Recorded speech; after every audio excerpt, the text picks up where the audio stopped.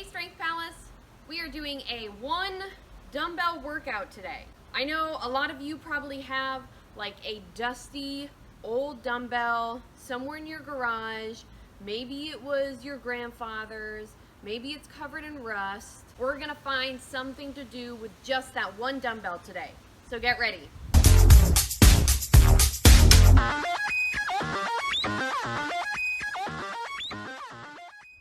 Our first exercise today is going to be a sumo squat.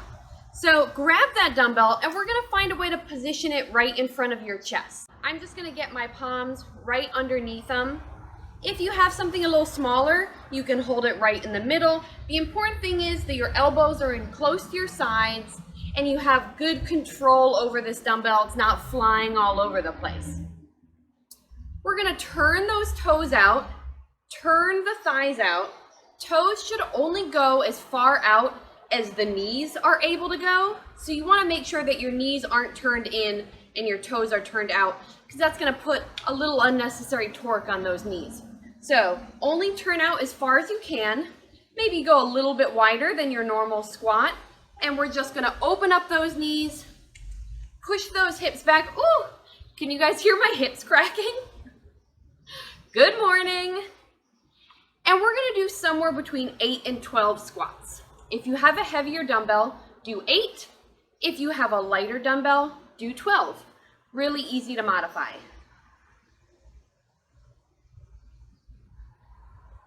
Make sure to keep that core nice and tight, head up, and neck in line with the spine.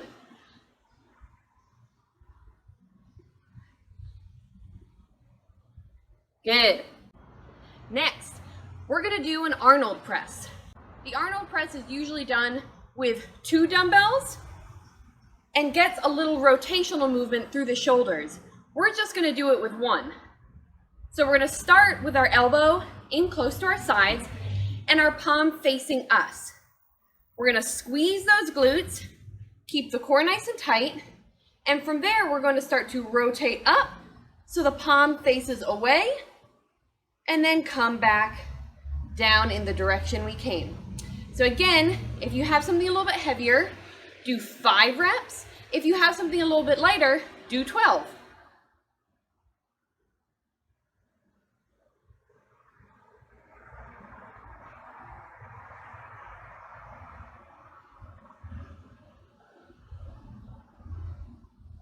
Switch to the other side. I would suggest starting with your non-dominant arm.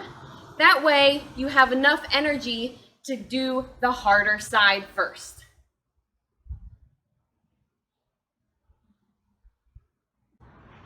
Good. Okay, we're gonna move into a curtsy lunge. Sometimes it's also called a curtsy squat. We're gonna hold the dumbbell in this front rack position.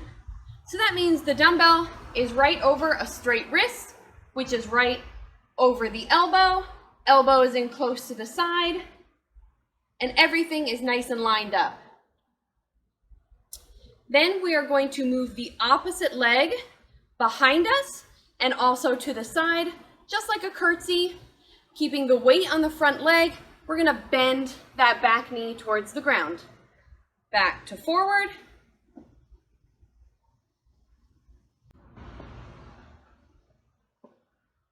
If you can safely tap that back knee to the ground with control, you can get that full curtsy lunge.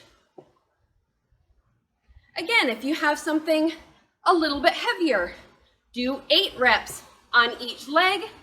And if you have something a little bit lighter, do 12 reps on each leg.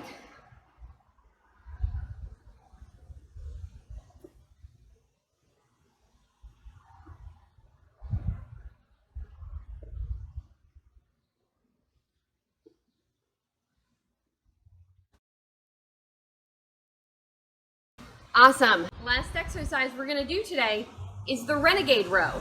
This exercise is gonna be hard whether you have a heavy dumbbell or a light dumbbell. So pick your range based on your comfort in a plank position. I would say do somewhere between 5 and 10 reps on each side.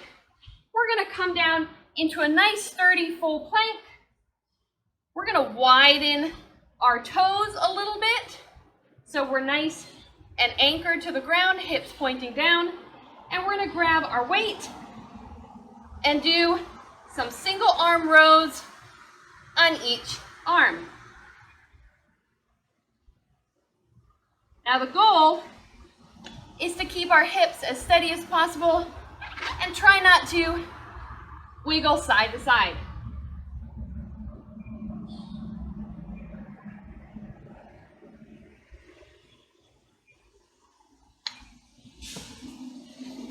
Awesome job.